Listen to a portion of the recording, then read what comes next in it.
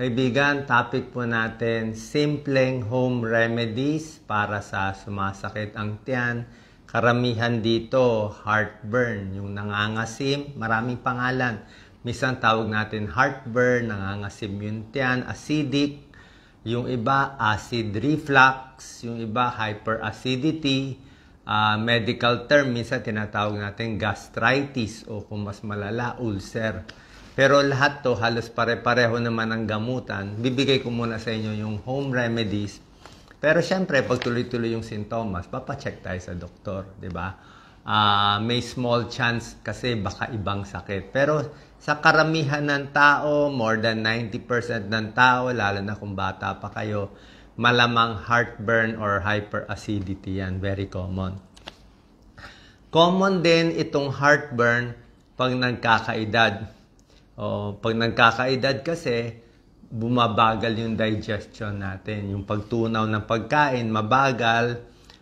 Yung mga dating kaya natin kainin, kung dati mabilis tayo kumain ngayon, pag binilisan mo yung pagkain, pag puro oily at fast food kakainin mo, kung bata ka pa, kaya mo. Pero pag tumatanda na, medyo iba na ang feeling, sasakit na ang tiyan natin. Okay? So, more acid yan. Kaya, ano ba ang senyales nito? Pakita ko muna sa inyo yung senyales. Ang senyales ng heartburn, usually, may masakit dito sa may sikmura. Okay? Minsan, madalas, walang laman ng tiyan. Minsan, may laman ng tiyan. Parang nangangasim siya dito. Parang masakit. Parang nakabukol. Parang may nakabukol dito. Hindi masarap ang pakiramdam. Para siyang impatcho. Iba naman kasi impatcho eh. Ang impatcho kasi parang hindi ka matunawan. May kinain ka, hindi matunawan, makabag, pero minsan halo-halo na yan. Parang nai-impatcho ka, pero parang acid na rin yan. Yung iba parang may bumubukol dito, umaakyat yung sa sikmura, mahapdi siya. Okay? Pag ganyang ma-acid siya, ay alam mo yun na sintomas. Tapos minsan, pag umuubo ka o medyo nagbaburp ka, maasim lumalabas. Malalasahan mo, acidic. So, hyperacidity yun. Madalas din, may kabag. Makabag yung tiyan mo, pwede rin yun. Yung iba, pag umaakyat talaga yung acid hanggang sa bibig, minsan nagbabad breath na o nasisira pa yung ipin. Sa akin, dahil nga ang problema nga sa hyperacidity, madalas hindi lang mataas yung acid, meron din tinatawag na gastric reflux. Halos pare-pareho naman ito. Gastric reflux, yung tiyan natin, may parang pintuan yan sa taas eh, parang sarado. Dapat sarado yung pintuan ng tiyan natin, hindi aakyat yung acid. Pero pag tumatanda tayo, o na-stress tayo, o yung iba, may ibang condition, lumuluwag tong lower esophageal sphincter, itong pintuan sa tiyan natin. Kaya, pag higa natin, aakyat yung acid, yung kinain natin. O minsan, pag sobra laki ang tiyan mo, dami mo kinain, aakyat yung acid. O kung yung kinain mo, mga oily, mga spicy, aakyat din yung acid. So, pag umakyat yan, minsan, ito, pag humiga ako, let's say, magsisiesta ka, hihiga ka sandali, kakakain mo pa lang, mamaya magigising ka. Pag gising mo, mauubo ka na. Kasi pag gising tayo, umakit yung acid, gagawin natin, lulunok lang tayo. Diba? Nakatulog ka ng 5 minutes, nakahiga ka eh. So pag higa mo, hindi mo alam, akit na ng akit yung kinain mo, tulog ka. Pagdating dito, umakit na yung acid, masasamid ka. Pag nasamid ka, magigising ka. Hyperacidity yun. Pwedeng sa hapon nagsisiesta ka o pwedeng sa gabi natutulog ka. Lalo na kung flat na flat ang tulog mo, flat na flat yung higa mo, aakyat yung acid na yan. Okay? So yan ang mga sintomas niyan. At nagigising, tapos bukod dito, pagising mo sa umaga, minsan nakatulog ka, hindi mo na malayan, hindi ka nagising, may malapot na laway dito sa lalamunan, malapot. Parang naghalo yung acid, pati yung saliva, yung laway natin. Isa pang problema, pag umakyat lagi yung acid, nasisira ang vocal cords. Yung larynx natin, yung boses natin. Kaya sa umaga, yung boses paos. paos siya. O pag lagi kayong may gastric reflux, hindi na makakanta. Dati kumakanta, ngayon parang boses, medyo rough na yung boses, nasisira yung boses. Kasi nga nabababad ng acid, matapang tong acid ng tiyan natin. Very common tong acid reflux, heartburn, hyperacidity, common sa atin. So ano ang dahilan nito at ano ang prevention? Pag nalaman natin kung ano ang dahilan, malalaman natin kung ano ang prevention. Okay? Isang dahilan dito ay pagkain ng marami, 'di ba? Mas marami kinakain mo, mas mabilis mo kinain yung marami, napupuno yung tiyan. So yung tiyan mo, hindi naman palagay natin, hindi naman sanay kumain ng marami. Biglang nag all you can eat ka, kumain ka napakarami, napaka-oily, napaka-spicy. So mabobondat yung tiyan mo, aakyat yung acid, 'di ba? So isang cause 'yan. Isang cause din, yung pagkakain sa gabi, hihiga agad. Diba? Lagi ko nga sinasabi, 3 hours after eating, bago hihiga, diba? Pagkain mo, alas 7 ng gabi, higa mo 10 p.m. Pero sa akin, kulang pa 3 hours eh. Kailangan kain ko 6 p.m., tulog ko 10 p.m., mga 4 hours. 4 hours bago mawawala yung kinain. Tapos, meron pang another technique. Minsan, kahit 4 hours na akong kumain, nakalipas, ma-acid pa rin. So, isang magandang nakita kong trick, ito wala to sa libro. By personal experience to eh. So, isang technique pa dito, pag walang laman yung bituka mo, walang laman yung large intestine mo, walang laman yung small intestine, sabihin, maganda pag dumi mo. Kung talagang nakadumi ka ng maganda o walang hangin, walang utot doon, mas maganda, nawawala yung acid. Palagay natin, nakakadumi ka ng regular, malambot ang dumi mo. So yung kinain mo, mabilis gumalaw from stomach to small intestine to large intestine. Mas mabilis ang galaw. Paano? Walang barado eh. Pero kung naka-imbak yung dumi mo, constipated ka 3 araw, so mas mag-a-acid ka. Paano kung puro hangin ng tiyan mo? Pag puro hangin, di bondat na bondat yung tiyan mo, naiipit siya. Okay? Pag puro hangin ng tiyan mo, parang ang sikip-sikip ng tiyan mo, parang pinipiga yung stomach mo, lalong aakyat yung acid. Di ba? So, anong technique dyan? Mas maganda walang hangin ang tiyan, mas maganda bagong dumi ka, mas maganda. At isa pang very important, gagawin, dapat, kunyari, kumain ka ng gabi, feeling mo, parang hindi ka matutunawan. 'Di ba? Kahit naghintay ka 3 to 4 hours, acidic pa rin. Ibig sabihin, daanin mo ng lakad. Ilakad mo. Yan ang napapansin ko. Pag kumain ka sa gabi, kunyari, napakain ka ng 2 platong kanin, nag-only rice ka, 'di ba? Masyadong marami 2 platong kanin, ilakad mo. I-exercise mo para matunaw yung kinain mo. So, pag ginalaw mo, in-exercise mo, naggawa ka ng energy, mababawasan yung kinain mo. Mas hindi ka na, actually, pag sinobra mo exercise, gugutumin ka na eh. So, pag in-exercise mo yan, ginalaw-galaw mo, naglakad ka 15-30 minutes sa gabi, after eating, makikita mo, ay, mas walang laman ng tiyan ko. So, pag higa mo, hindi ka acidic. 'Di ba? Hindi ka mag-a-acid. Paano mas bumaba eh? 'Di ba? Baka kakagalaw-galaw mo. Minsan ang technique ko nga hihiga, kaliwa, kanan, higa. Lalo na kung may mga stretching ka konti, mas mawawala yung hangin sa tiyan, mas makakadumi ka, mas may energy, mas nagamit mo yung kinain mo, mas walang laman ng tiyan, mas okay bago ka makatulog. So yan ang mga techniques. Smaller meals, huwag hihiga, konting lakad, pag nasobrahan na pagkain, 'di ba? Hindi pwede makabag. Isa pa, yung pagiging overweight, syempre, cause din 'yan. Mas mataba, mas malaki ang tiyan, mas naiipit. Okay? Pag naipit yung tiyan, ayaw natin. Isa pa, very common to sa inyo, mahilig magsuot ng masikip, 'di ba? Masikip na underwear, masikip na shorts pag natutulog, masikip na pajama, masikip na baro, 'di ba? Puro tight fit tayo, slim fit. Puro maong na masikip ako, puro maluwag na sinusuot ko, puro garter na. Hayaan mo na kung pangit, okay lang pangit tingnan. Diba? Ba't ang pangit? Hayaan mo at least garter para makahinga-hinga ako. Tapos yung maluwag na garter na lang. Diba? Meron naman mga pants ngayon ng garterize na para pag umupo ka kasi lumalaki ang tiyan mo, hindi na maipit yung tiyan. Okay?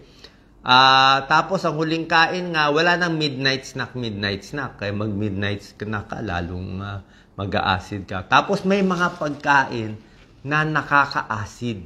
Ito by experience. Ito muna ang lista na turo ng mga experts. Tapos meron akong lista na sarili kong experience. Ang lista dito, yung mga citrus fruits, pineapple, orange, calamansi, masyado, ganyan, tomato, chocolate, garlic, onion, spicy food, fatty food, fast food. Spicy food, manghang, fatty food, fast food. Yan ang para sa kanila, nakaka-acid, alak, kape, soft drinks, nakaka-acid. Yan ang sinasabi. Pero kanya-kanya yan. Sa akin, experience ko itong chocolate, kahit dark chocolate. May ligaw sa dark chocolate. Ba sinabi ko sa inyo, dark chocolate, konti, healthy, maraming flavonoids. Pero dark chocolate, medyo mas nag-acid siya for some reason. Isa pa, junk food. Kahit anong junk food. Basta yung maalat, mabetchi na junk food, nakaka-acid sa akin. Siyempre, oily foods, fatty foods, yan. Pag sobrang spicy, anghang, hindi rin kaya ng tiyan ko.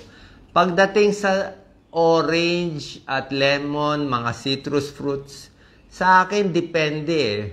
Pag kinain mo tong pinya na walang laman ng tiyan mo, ay masakit sa tiyan, di ba? Acidic Pero pag kinain mo naman tong mga pinya, yung orange, tapos mo kumain ka muna, may laman ng tiyan mo bago malalagyan ng citrus fruits na medyo acidic, medyo okay lang sa akin yun So, depende sa inyo. Soft drink, syempre, makabag. Depende. Kape, nasa sa inyo. Alak, nasa sa inyo. So, depende sa food. Kung meron kayong pagkain na ayaw ninyo, ilista nyo, wag nyo na gawin. Kahit wala sa lista ko. Okay? Kayo may-ari ng katawan nyo, hindi lahat ng katawan pareho. Okay? Walang pare-parehong katawan. May ibang, sabi nga nung expert na gastroenterologist, napakagaling, Dr. Venancio Gloria Bosco. Sabi niya, ang secret lang sa acidic o ulcer ay as tolerated. Yan lang advice niya. As tolerated. Ibig sabihin, pag yung tiyan mo, kaya kumain ng bakal. Kumain ka ng bakal. Hindi ko naman sinabi kumain ka ng bakal. Ang point is, kung matibay ang tiyan mo, kaya niya gawin. May taong kaya. Pero kung tiyan mo masyado maselan, tulad ko, konting init, konting lamig, sobrang lamig na tubig, makulo na ang tiyan, mahanginan lang ng hangin ng tiyan, madudumi ka na. Di ba? May taong ganyan So, pag maselan talaga yung tiyan mo, very irritable yung bowel mo, hindi mas maingat ka. Kaya as tolerated na kung ano babagay sa'yo. Pero ako, wala namang masama, mas maingat dito. Other causes and prevention, smoking. Siyempre, smoking, masama. Buntis. Siyempre, pag buntis, malaki ang tiyan, naiipit May mga gamot na nakaka-acid. Alam niyo naman to, di ba? Mga aspirin. Kaya yung aspirin na binibigay namin bilang cardiologist o mga neurologist, after meals lagi. Kahit Aspilet after meals. Pain reliever after meals. But hindi ko nga gano'n pinapahay pain reliever. Pero kung kailangan nyo, dapat after meals. Kasi nga, nakakagasgas ng tiyan. Bawas stress, isa din. Pag sobrang stress, mas acidic yan. Sigurado yan. Kung may meeting kayo, may kausap nyo yung boss nyo. Pag kausap mo yung boss mo, huwag ka na kumain ng marami. Hindi ka matutunawan. Diba? Pag kausap mo ang boss mo, imbis na kumain ka ng 2 cups of rice, half cup na lang. Tapos magsaging-saging ka na lang. Maganda saging, pantapal sa acid. Okay? Kasi nga, na-stress ka Hindi ka matunawan Diba? Pag stress ka, hindi gagalaw yung bituka. Tsaka mahangin ng tiyan. Diba? May butterflies in your stomach. Other tips na magagawa natin, ito nga, carbonated drinks, fatty foods, fast foods, french fries, hindi siguro pang gabi yan. Gabi na yan Oo. Garlic and onion, sa akin okay lang, wag lang masyadong marami.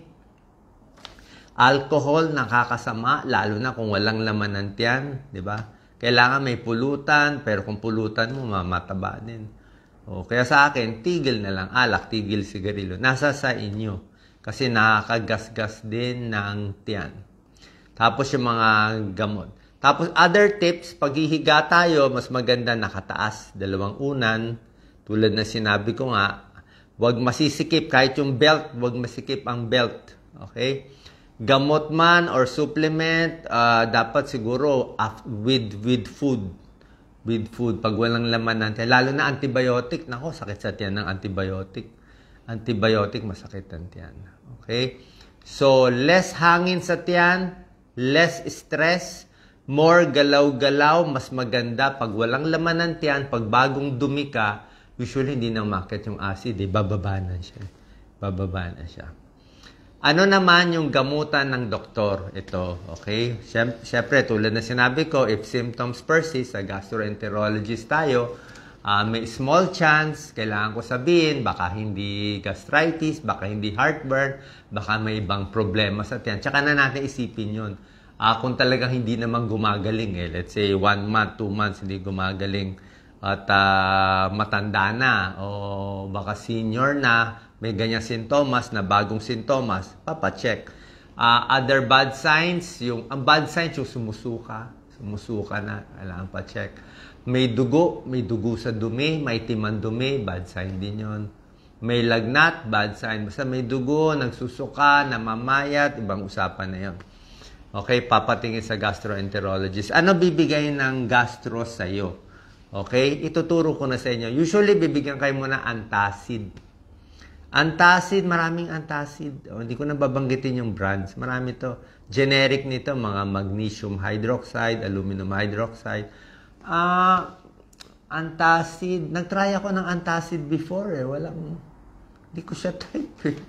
Una kasi hindi rin pwede madami. Kasi kung gusto mo i-try, pwede. Pero hindi ka rin makakadami. Yung iinumin mo siya, gano'n. Tapos, para siyang ketchup na ganong kulay puti, tapos inumin mo after eating. Akin, hot water na lang. Hot water. Masakit ang tiyan, hot water. Maligamgam na tubig. Hot water, lukewarm, tapos saging pa konti-konti. Konting saging, konting hot water. Gusto mo, konting crackers. Kahit anong cracker, soda cracker, wag lang masyadong spicy, konti-konti, relax lang, saging lang, pahinga lang. Nakukuha. Puro lang ako saging. Kahit ano, lakatan, latundan. Pwede yun. Okay?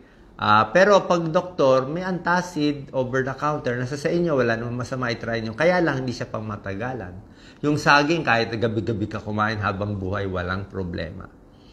Doktor din, bibigyan kayo ng H2 blocker. H2 blocker, ito yung mga anti-acid, binabawasan yung acid production, mga ranitidine, cimetidine.